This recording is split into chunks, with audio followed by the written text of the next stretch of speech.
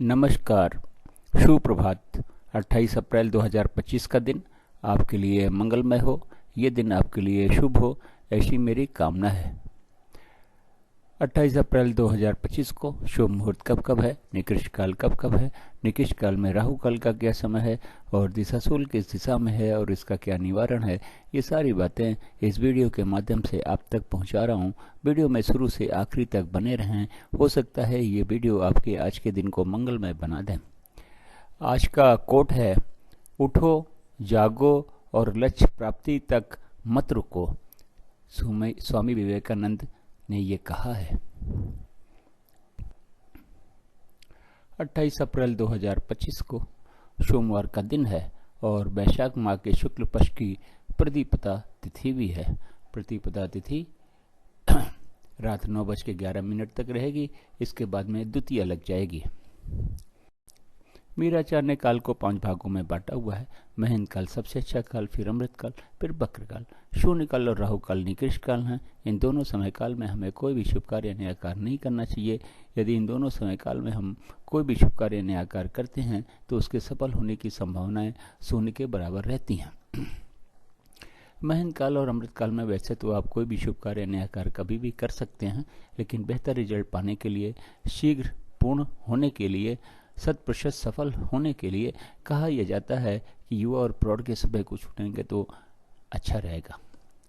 वक्र काल में कहा यह जाता है कि यदि आपने कोई भी शुभ कार्य नया कार्य शुरू कर दिया है तो कार्य पूरा हो जाता है, लेकिन बहुत ही ज़्यादा दिक्कतों और परेशानियों के बाद में। तो कोशिश करें कि वक्र काल में भी कोई शुभ कार्य नया कार्य न करना पड़े तो बेहतर है।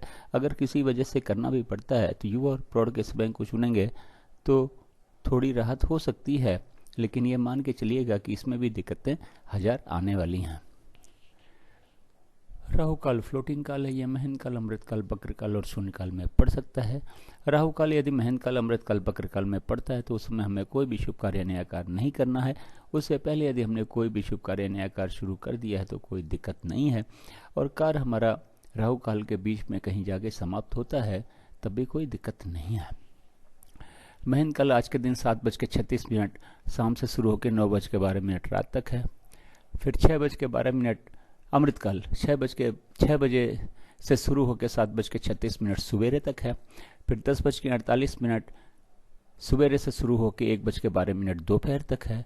फिर 3:36 शाम से शुरू होकर शाम को 4:48 तक है। फिर शाम को 3:36 से शुरू होकर शाम को 5:12 तक है। फिर रात के 9:12 से शुरू होकर रात के 10 बजे तक है। फिर 1:12 रात से शुरू होकर 2:48 रात तक है।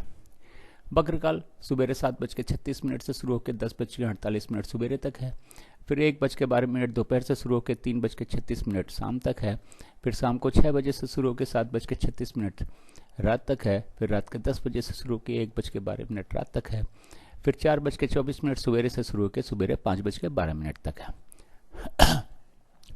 शून्य काल शाम को 5:12 से शुरू होकर शाम को 6 बजे तक है। फिर 2:48 रात से शुरू होकर रात के सवेरे के 4:24 तक है। फिर सवेरे 5:12 से शुरू होकर सवेरे 6 बजे तक है। आज के दिन राहु काल सवेरे 7:30 बजे से शुरू होकर सवेरे 9 बजे तक है। ये रहा 24 घंटे का समय के हिसाब से वितरण और विवरण। इस चार्ट को या तो नोट कर लें या तो डाउनलोड कर लें और आज के दिन के सारे शुभ कार्य, सारे नए कार्य इस चार्ट के अनुसार करें। अपने कार्यों को सफल बनावें और अपने दिन को भी सफल बनावें। अब बात करते हैं कि इस चार्ट का उपयोग आप कहां कहां और कैसे कर सकते हैं। गृह प्रवेश, मुंडन, कोई नई कथा, नई हवन, नई पूजा या नामकरण का शुभ मुहूर्त जानने के लिए चार्ट का उपयोग करें और शुभ मुहूर्त में ही इन कार्यों को शुरू करें।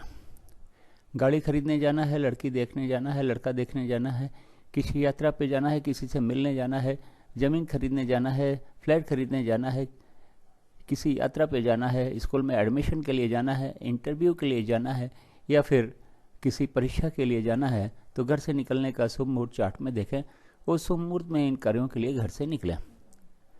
बिजनेस मीटिंग या बिजनेस नेगोशिएशन के लिए जाना है तो घर या फिर ऑफिस से निकलने का शुभ मुहूर्त चार्ट में देखें। इन कार्यों के लिए घर या ऑफिस से निकलने का जो शुभ मुहूर्त आपने देखा है उसमें निकलें। अब बात करते हैं दिशाशूल की। सोमवार का दिन है, पूर्व और दक्षिण पूर्व की दिशा में दिशाशूल है। घर से दर्पण देखने के बाद निकलें, लेकिन दिन होता है 24 घंटे का, सुबह 6 बजे से लेकर अगले दिन 6 बजे तक। इस 24 घंटे में कहीं जाके यदि आप वापस आ जाते हैं तो दिशाशूल का कोई दोष नहीं रहता, लेकिन किसी वजह से रुकना पड़ता है तो दर्पण देखने के बाद तो घर से निकलेंगे ही, लेकिन पीछे दिए गए चार्ट का उपयोग करें। यात्रा पे निकलने से पहले का शुभ मुहूर्त देखें और शुभ मुहूर्त में ही यात्रा पे निकलें। अपनी यात्रा को सफल बनाएं और दिशाशूल के दोष को भी समाप्त करें। मेरे चैनल सागा ऑफ लाइफ को आपने ज्वाइन किया, इसके लिए आपका बहुत बहुत धन्यवाद। चैनल पे नए हो तो सब्सक्राइब करें और सब्सक्राइब कर रखा है तो बेल आइकन को ऑन कर दें ताकि अगला वीडियो जब मैं डालूं तो नोटिफिकेशन आपको मिल जाए। एक बार फिर से आपका बहुत बहुत धन्यवाद।